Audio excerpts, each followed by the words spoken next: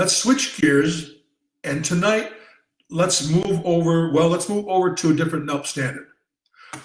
You're required to collaboratively develop the school's professional capacity through engagement in recruiting, selecting, and hiring new staff.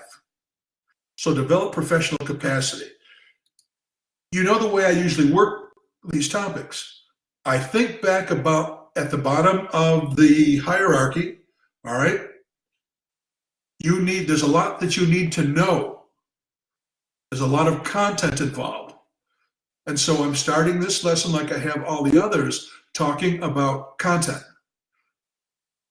We're going to discuss job classifications, certification, and tenure types.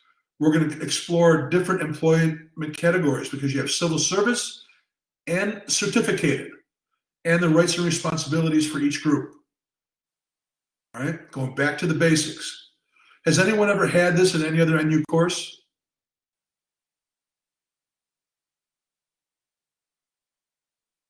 What about anybody take personnel? Does NU offer a course in personnel? I think you do. I think we do. Anybody ever take it? Not yet? All right. Well, this is going to be your primer into personnel management. Because why?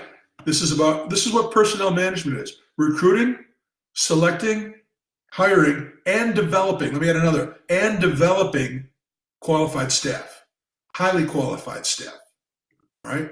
That's personnel management. But let's ask ourselves a basic question. Why is staff recruitment, selection, development important?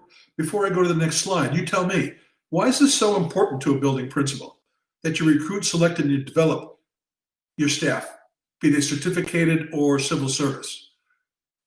Common sense. Why is this important? Siobhan? All the staff is a reflection of your school, the mission of your school, the vision, and they're the public face of your school. So you want everybody to be following along on the same vision that you have. Exactly. You know, same vision, developed collaboratively, right? Not your vision dictated on people, but our vision developed collaboratively. Exactly. Very good, Siobhan. Other reasons. We've got a few more. Why else does it matter that you recruit, select, and develop your staff?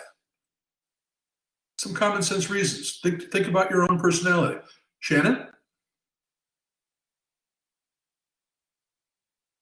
Well, I was going to go off of that. I was going to say more of just you want quality staff in front of your students.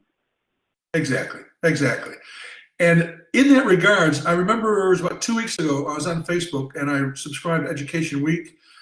They make you pay, by the way, if you want to see the whole article, but they tease you, and I was able to grab this teaser. By the way, let me highly recommend Education Week if you don't get it. When I was practicing, it was in print version, and I loved it. It's a wonderful, wonderful print magazine. It covered the range from federal news to state news to technology to staff development to curriculum. It's a really, really good education resource. Now you can get it digitally, obviously. On Facebook, I came across this: how some K through 12 leaders are beating businesses at the greatness game. And I kind of like that because I don't like when business people say that they can do our jobs better than us. All right. And here's a quote from The Good to Great. Anyone read Good to Great? I haven't. Good to Great author Jim Collins, who spent more than 25 years studying what separates the best businesses from the rest, made an interesting discovery in his research. Some K through 12 leaders are beating businesses at the greatness game. Let's hear it for us. I thought that was great. And I was happy to see that. And they allowed me to take a screenshot of this picture. Generating momentum for better student outcomes. And 2 of the 6 had to do with the standard we're talking about tonight. To be able to select teachers infused with passion, to build collaborative improvement teams. By the way, let's think about EDU 632. Did we talk about building collaborative improvement teams? first quarter, we talked about Bernhardt, looking at the 4 different types of data, et cetera, how to work collaboratively, so building collaborative teams, we covered it. How about assess student progress early and often? Looking at the data, we did it. We're going to do more of this on the 9th when we talk about aligning. All right. How about active learning for each and every kid? How about enhanced reputation as a great place to teach? This was the last couple of weeks when we were talking about communication. And then another one came up, how to replenish the passionate teacher pipeline. So not just selecting them, but because people retire, people pass on, people get different jobs. You not only have to select them, but you have to replenish that pool. So 2 of the 6 for generating momentum for better student outcomes are what we're talking about tonight. Good thing. All right? Good thing. So a little more specific. What are we going to look at tonight in this context? I'm going to talk to you about a timeline from vacancy to appointment, so you have a feel for how long this would take under normal circumstances. We're going to talk about the types of staff. There's basically 2 types. Well, I'll talk about in a minute. Basically, there's 1 type, but we tend to think about them as 2 types. Certificated, you and me, and non-certificated, civil service, okay? We're going to talk about certification and tenure regulations because they're different. Certification and tenure are not the same thing. We're going to talk about next week, interviews, reference checks, and initial salary negotiations best practices. And also next week, necessary appointment language, where I'm going to be pulling from your assignment that you sent me as examples of how different districts are putting together their resolutions, even though the law dictates how it's supposed to be done. We'll take a look at how your district is doing it. And we'll take a look at professional development guidelines. But first, I want to get the content out about recruitment, actually about selection more than anything else, okay? This is why I'm spending time on it. I'm going to try to help you avoid incorrect probationary and tenure appointments that affect seniority and staffing decisions. That bullet right there always worried me a lot. Thank God I never made a mistake in that regards, but it's so easy because it's so complicated. Think of it this way. Imagine if you did this. You were looking for a science teacher. And let's say that you promised the person the job, and they went and resigned from their previous position. Then in the meantime, you discovered, oh, I made a mistake. That's the wrong certification. I need a different certification. You call the person back up and tell them, I'm sorry, I can't hire you. And they said, I just resigned. I never, ever wanted that to happen to anybody. So you got to get it right. You have to get it right. I also want to make sure to help you avoid appointments of improperly certified candidates to probationary positions. I want to help prevent unnecessary disruptions to labor management harmony, because if you make these mess ups, and I've seen these screw ups in practice, this is not a good way to keep labor relations peace, because the unions are going to be very upset with you for making these mistakes. And you also want to avoid grievances with those bargaining units. So this is why we have to get it right. And to get it right, there's a lot of basic knowledge you need to know. My EDU 631 folks, remember the Gantt charts? I'm going to use a Gantt chart as a way to illustrate the timeline that we would engage in if we were engaged in a normal hiring process. Not a speeded up or sped up hiring, not something out of the ordinary, but just an ordinary hiring. And by the way, I just want to note that this timeline, this may not align with New York City Chancellor's Regulations Volume C, because the Chancellor's regulations require in the regulation a lot more community and parental and teacher participation and principal participation in the recruitment and the hiring process. So just so you know, Siobhan knows that. She's got it on her thumb drive. All right, it's a lot more complicated in New York. They dictate a lot more. But for the rest of us, this would be a typical timeline. By the way, this is how you would Gantt chart. If I was doing this in Excel, this would be my Excel spreadsheet. I would put in one column the thing that has to occur. The next column would be the start date, when that thing started to occur, and then how many days to complete. I won't get into how to make a Gantt chart, except to say this is the start of one. So this is what happens. So let's say on or about May 1st, a vacancy occurs. Someone resigned. Or maybe your superintendent has given a probationary teacher notice that she's not coming back. And you know that on May 1st. Now you're going to have internal posting requirements. Contracts usually require that you post internally. Got to look at the internal posting. Oftentimes it says 10 days. So if that starts 5 days after the vacancy occurs, it takes 10 days. That's part of the process. Then you don't have to post externally in the media of your choice, local newspaper, penny saver, job finders or whatever, digitally as well, all right? But if you need to, if you want to expand the pool, then you would post externally in your media of a choice. Even if that started on the same day you posted internally, you've got to give it time to appear in the newspaper. You got to give it time to show up, maybe 2 weeks. Then you've got to give the candidates time to submit it to you. So usually you got to leave it up for about 3 weeks, or at least have the deadline.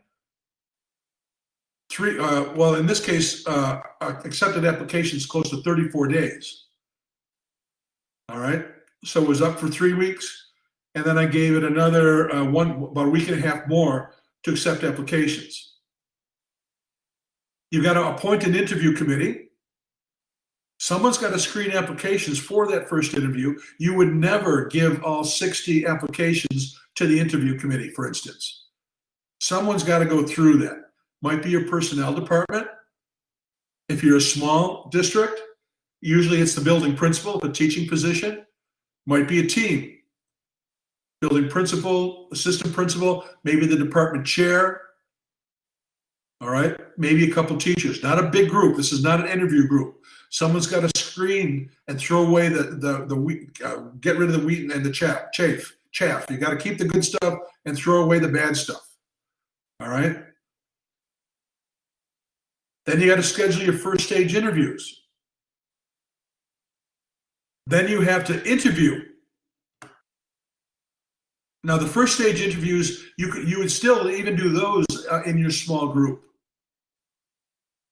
For instance, if you were hiring, say, a 6th grade teacher, and if you were going to include members of the 6th grade team, special education teacher, director of special ed, maybe your school psychologist, that would be your interview team. But not your first interview. That would be the building principal and maybe just a small group of other people. I mean, you handle it the way either your policy requires or you prefer. But I always try to whittle it down to a good number, like 6 to 10 really good candidates that I would want to put in front of the interview second phase with the committee.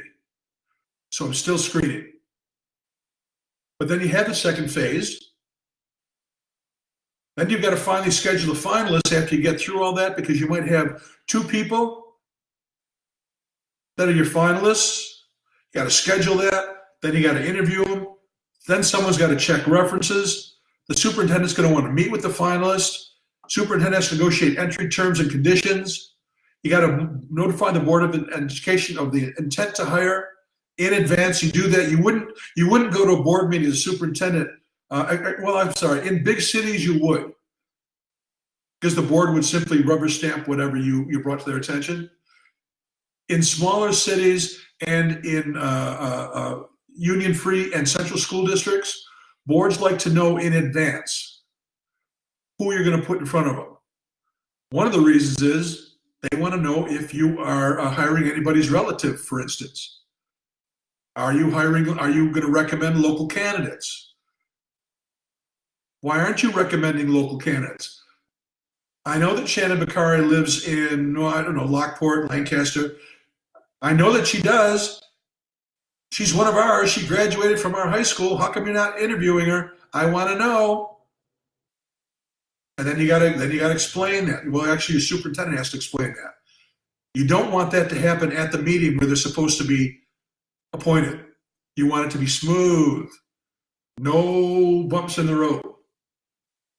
So someone's got to meet, the superintendent has to meet in executive session with the board in advance.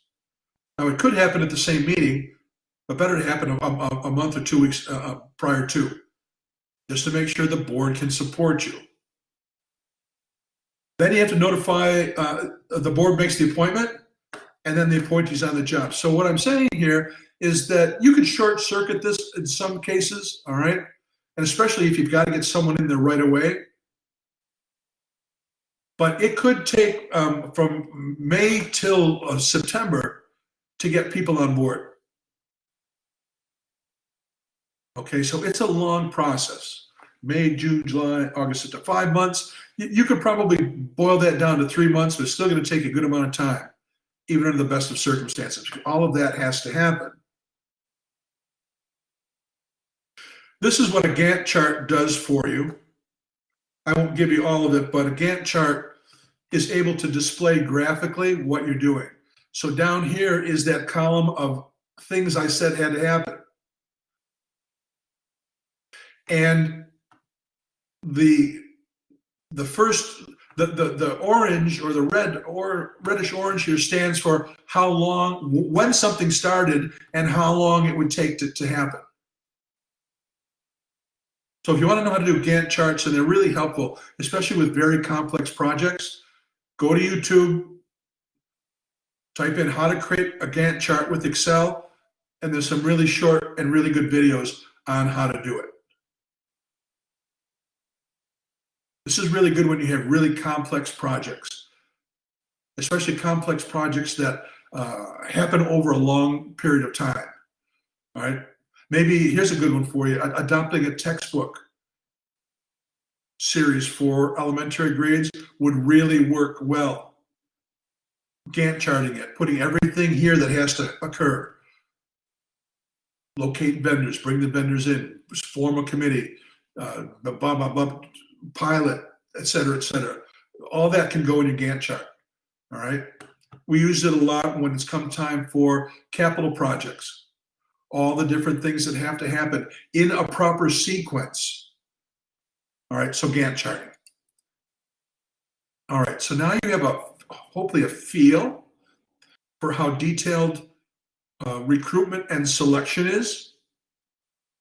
Let's look at the different job types. Now you have your civil service and your certificated job types. All right. Actually, I'm talking about job types and topics, not dash topic. Job types and topics. We're also going to talk about collective bargaining agreements, key concepts. We're talking about type of civil service appointments, types of certificated appointments, more of that next week too. The civil service hiring process, probation and notice requirements, transfers versus appointments, and tenure versus certification. Frankly, I don't think I'm going to cover all these topics.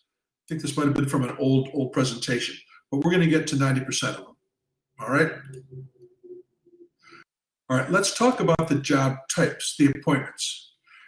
You have civil service, teacher aides, cafeteria aides, bus drivers, clerical. Why are teaching assistants not up here? That's not a rhetorical question. Why are teaching assistants not here under civil? I got teacher aides. Why are teaching assistants under professional? Don't they have to be certified? Exactly. I'm not sure who that was, but whoever it was, you're Wendy, exactly right. They do have to be certified, type 1 and type 2, right, Wendy? And as such, they're under professional certificated.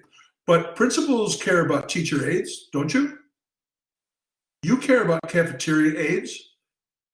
Bus drivers, you don't get involved in. It's too complicated, and your transportation supervisor takes care of that. How about clerical? Do you care who's your secretary? Darn tootin' you do. So there's no doubt that civil service is of interest to you as a building principal, and you should get involved in this as well. Now, of course, the professional certificated. Civil. I should have mentioned here. What about your OTPT? All your licensed individuals, your therapists, right? Those are licensed individuals, and they also come under civil service. Why do they come under civil service? Because they're licensed. Civil service covers everything is covered by someone. All right. Wanting to make the point, even certificated people come under civil service, Wendy. We just don't tend to clump them together there. I got a slide on that. Hang on.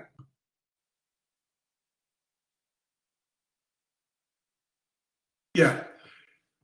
Under civil service, Wendy, we have unclassified by civil service, notice uncertified administrators, teachers, guidance counselors, school psychologists, and teaching assistants.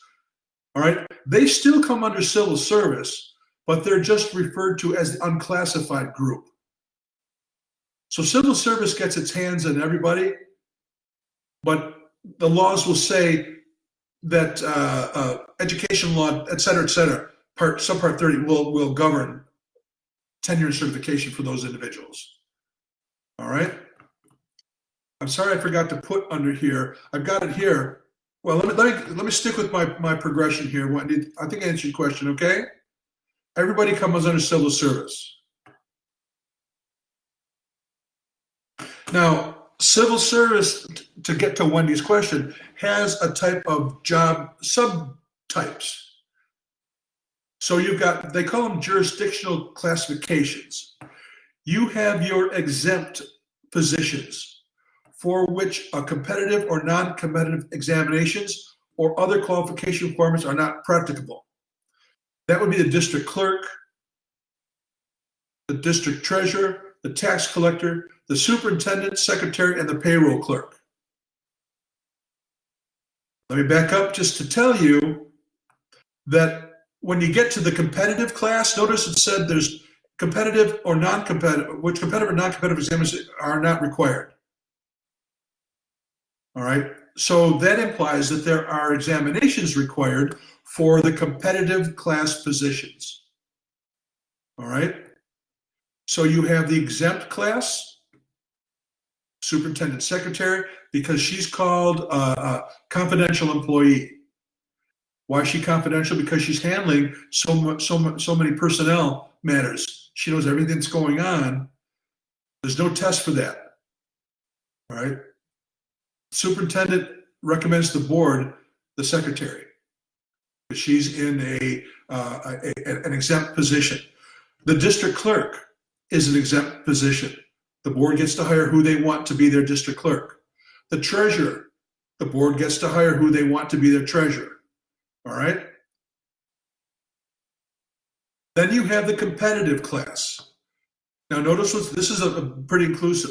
These positions require that the candidate for a position meet specific minimum qualification, have taken, passed, and are found to be reachable on a civil service examination eligible list. There are occasions when eligible list does not exist and a person is hired as on a provisional basis pending examination. Positions in competitive class include almost all of our supervisory positions.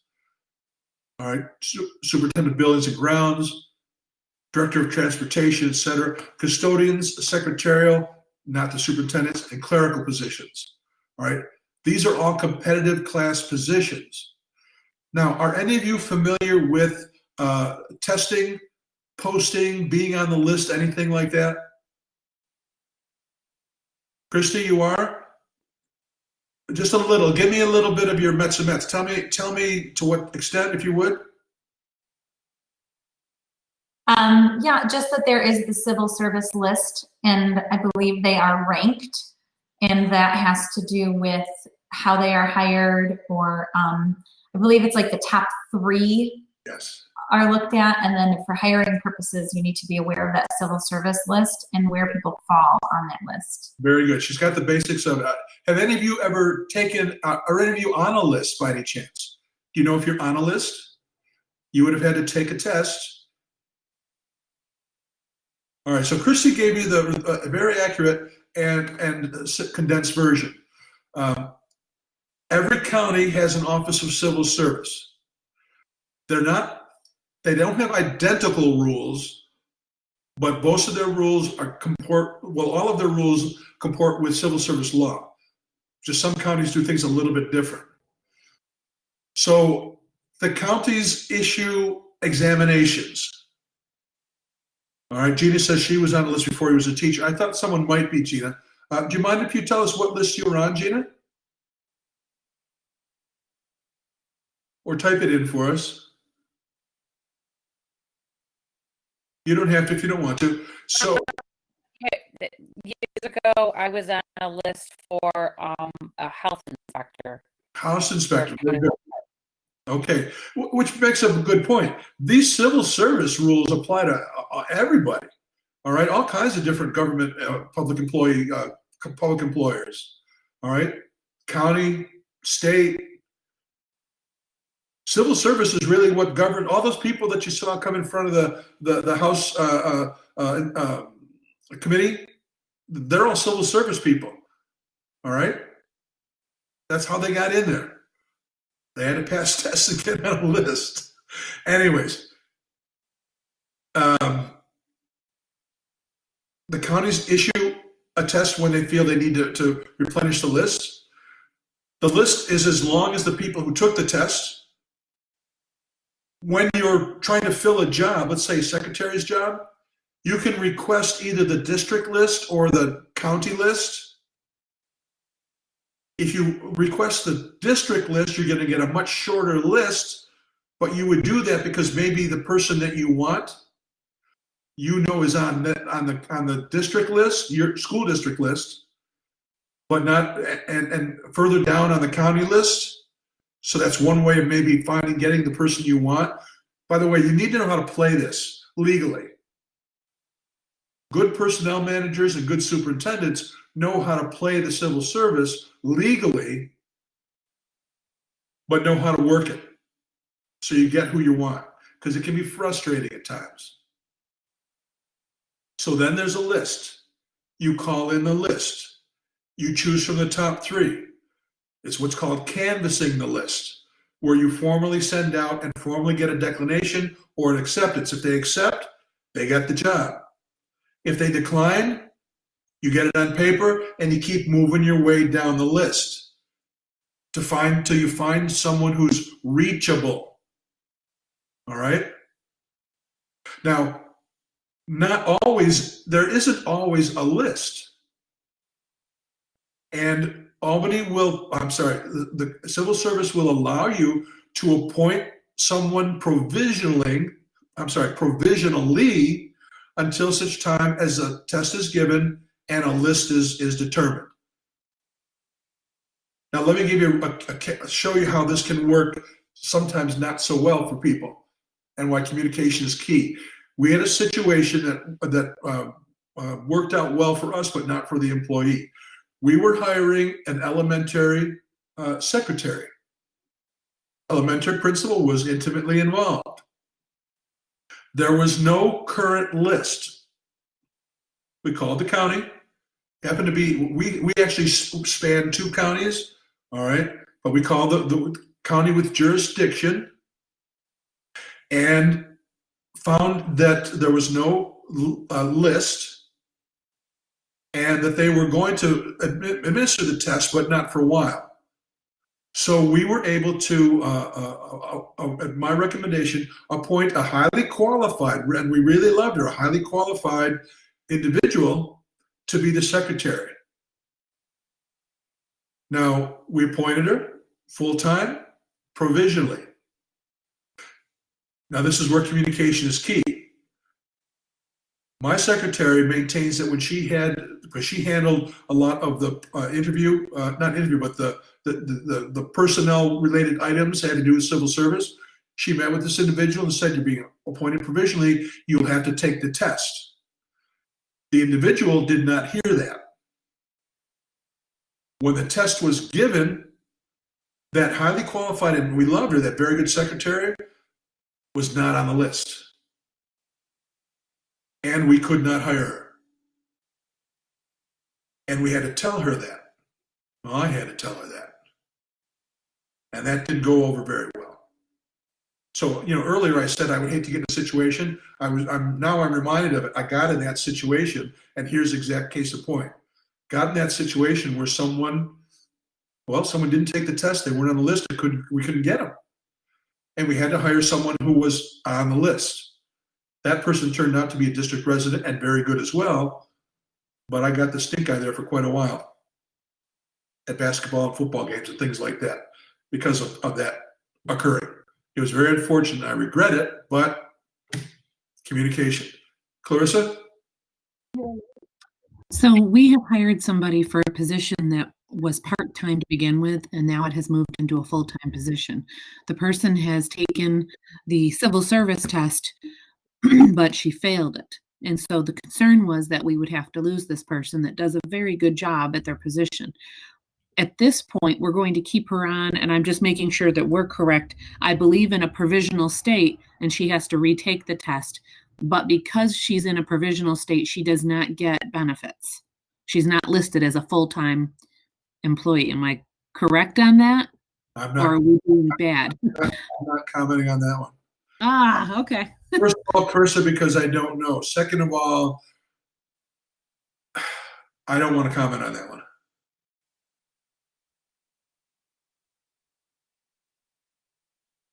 Okay, that's all I'm saying on that.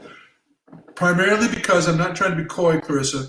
I don't have a good answer, but there's a lot of checking to do on that situation before anybody gave you any. For instance, is civil service aware of this arrangement? All right. Has it been vetted by civil service and they've agreed? Is the fact that someone moved from part-time to full-time an indicator or a condition that allows for this to happen?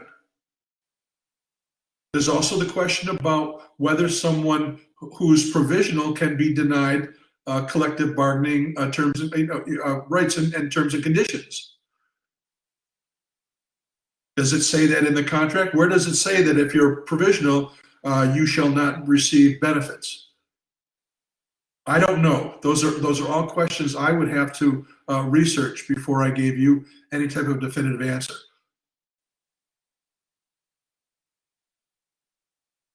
Suffice to say, and we're getting into it now, civil service is very complicated. All right. The point I am trying to make, though, is that you as a building principal have a vested interest in how this works out. You need to know. And let me tell you something else. Don't ever assume that your central office knows what it's doing. Because I've seen too many cases when we don't. We don't know what we're doing, and we make mistakes about these types of things, and they come back to haunt us. I'm giving you a little bit of knowledge, which can be a dangerous thing. But if you're a building principal, try to ask the right questions, all right? So we have exempt positions. We have competitive positions under civil service. We have non-competitive. Here we come, Wendy. OTPT, CODA, your nurses, your licensed people. Gina mentioned that earlier, that they were licensed, all right, to Victoria. Got that, Victoria? Which point she was making for you. Here you go. You have these non-competitive positions, and that's because there are other overriding requirements for these positions, all right? Like bus drivers. You have to have your CDL. You have to be of sound body. You have to have physical fitness tests, et cetera, et cetera. All right. Your OTs, your PTs have to have certain licensing. So do your CODAs, so do your nurses. There's licensing requirements for those. So they're bundled into the non-competitive, Victoria. But notice there's also individuals here, non-competitive, like your grounds people, your maintenance people, your teacher aides. They're non-competitive. In other words, competitive simply means there's a test. Okay? Non-competitive means there are either other requirements or the job doesn't require a civil service test, like a maintenance worker or a groundskeeper. You know, mowing the lawns and cutting the trimming the hedges. They're very good at what they do. I'm not demeaning the positions, but civil service has not come up with a test in order to administer it, to produce a list. Okay? And then we have still the labor class positions. Now, these are unskilled workers such as cleaners, monitors, and the greeters at your door. All right? But there's more, because we always need more here in New York State. We have our unclassified, and I addressed this with Wendy before. Those are your certified administrators. All of you are unclassified civil service. All right? Notice teaching assistants, unclassified. And then lastly, we have the substitutes, which have no classification whatsoever. All right? Substitutes. So what's the count here? We have 1, 2, 3, 4, 5. 5 different classes of civil service jobs. And I'm suggesting that as a building principal, you at least understand that it's not just one big civil service. There are different gradations, different rules that apply, and you want to make sure your central office is doing it properly. Otherwise, you're going to be holding the short end of the stick when you're trying to get the person you want into a job, but it was handled improperly. So that's the first overview of content. All right. Dominique will get more of this when she takes the class. She's taking personnel next semester. That'll be a good one, Dominique. Now, those were the job classifications, but when we appoint someone from civil service, they're appointed either permanently or provisionally. Hang on.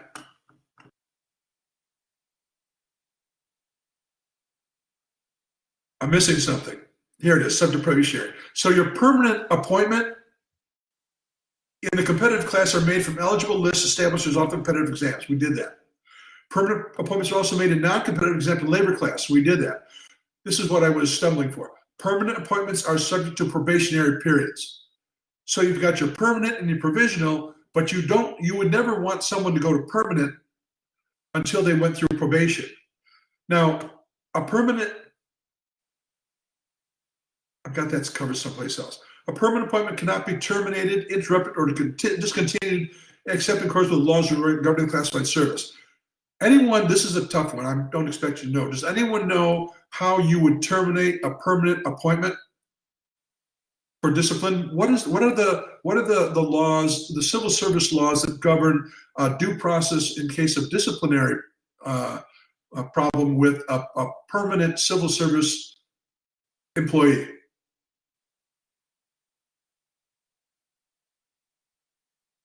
It's called Article 75. All of you are familiar with 3020A. Remember, that's a law I had you go look for in the assignment. 3020A is the education law that governs how we discipline and potentially remove a tenured teacher or tenured principal or tenured teaching assistant. Because yes, teaching assistants, because they're certificated, get tenure, and they're subject to 3020A. The companion law for civil service employees, aside from the professional certificated, is Article 75. All right? So that when they say a permanent appointment cannot be terminated, interrupted, or discontinued, except with accordance with laws, rules, and regulations, they're talking about Article 70, or, Article 75.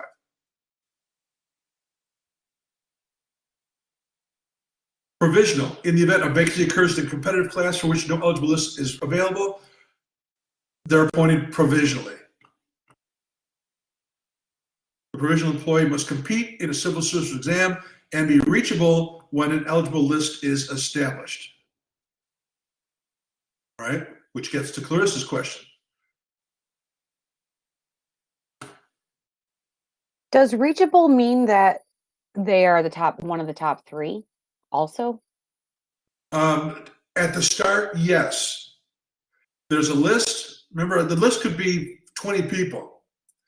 So the top 3 are reachable, but if people decline, you keep moving down the list.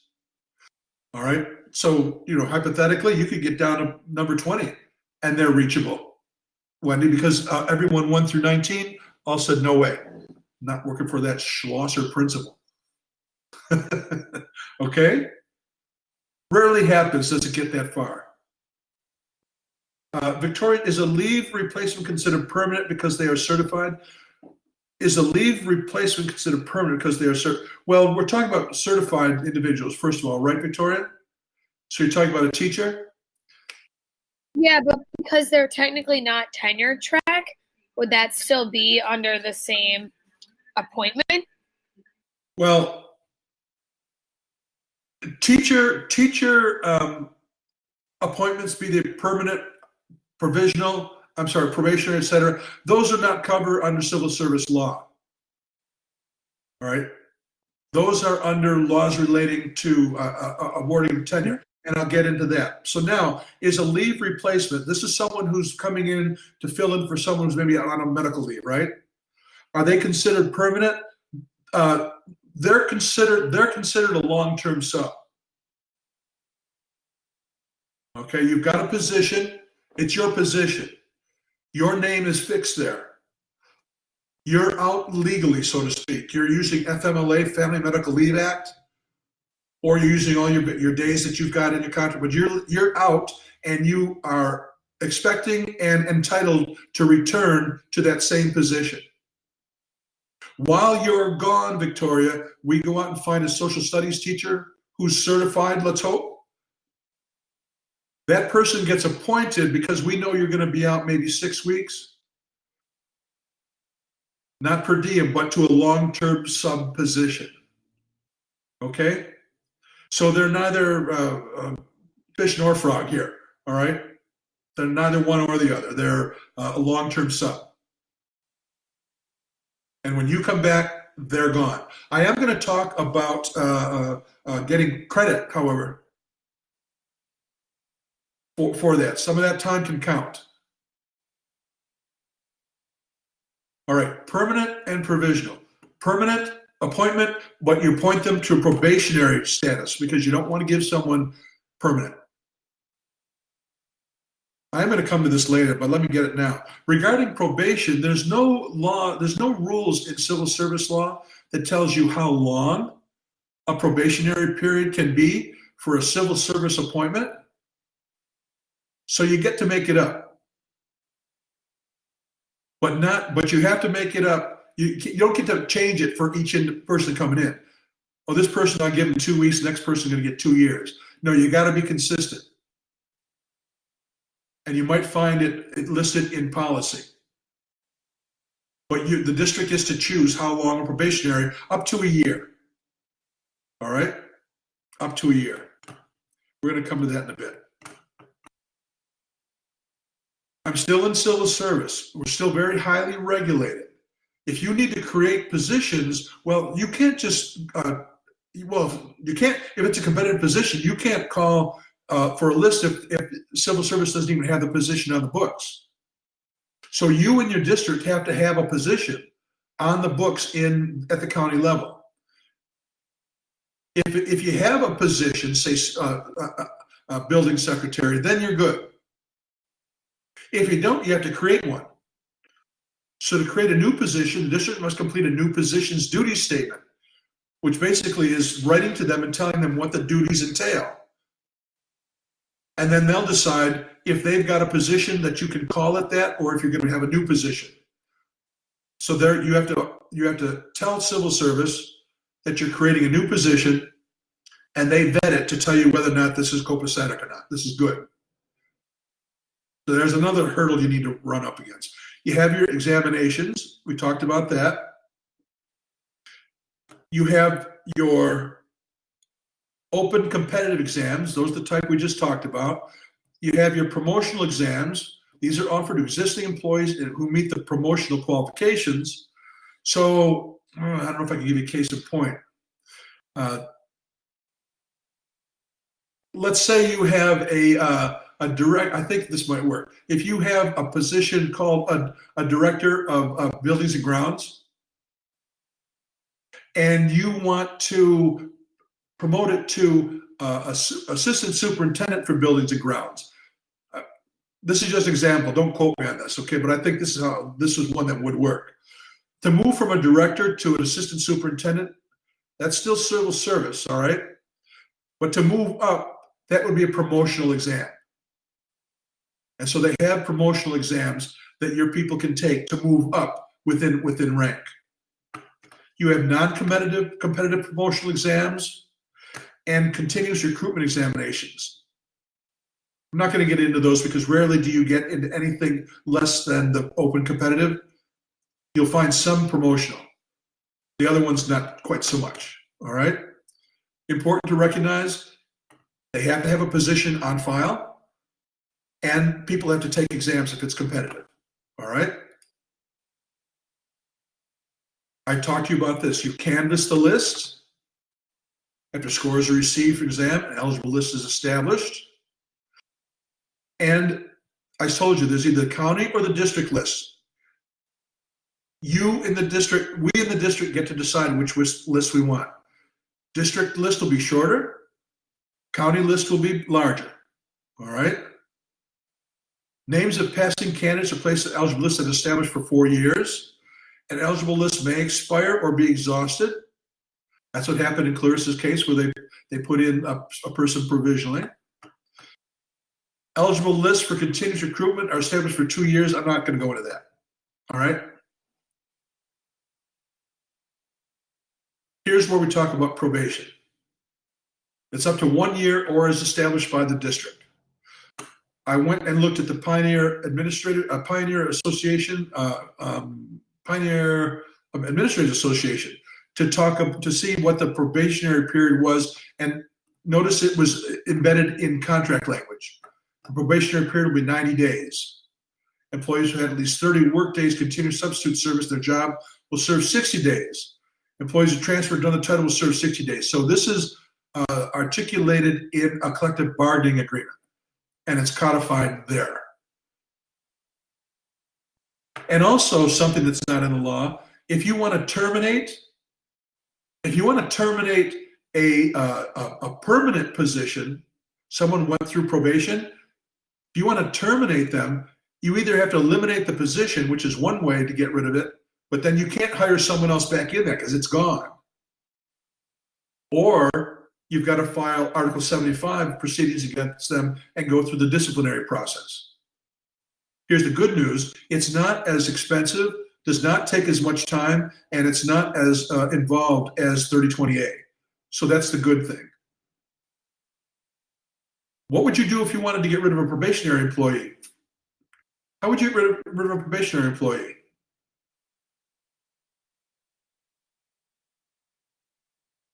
Don't overthink it.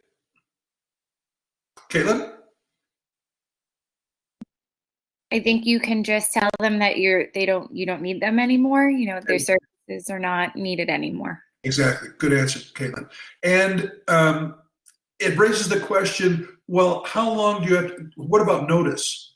You want to get rid of a probationary employee, or maybe you did eliminate a position and you want to give a person notice. All right. There's nothing on the books, but what's reasonable? 2 weeks? 2 weeks seems reasonable. If you want to give people more, you can. But if it's a probationary employee who's doing a bad job, you want them hanging around for 60 days? Do you want them hanging around for no? In fact, you might just pay them to go away. All right, I'm giving you 2 weeks notice. Goodbye. Here's your pay. You wouldn't do it. Your central office would do it. All right, look what time it is. What was my promise? Yes, Wendy. I think this is a good spot. I did find here a civil service primer. You might want to pick it up. Here's the website. Actually, I think I've got, yeah, here's the primer. Let me give it to you so you can link to it.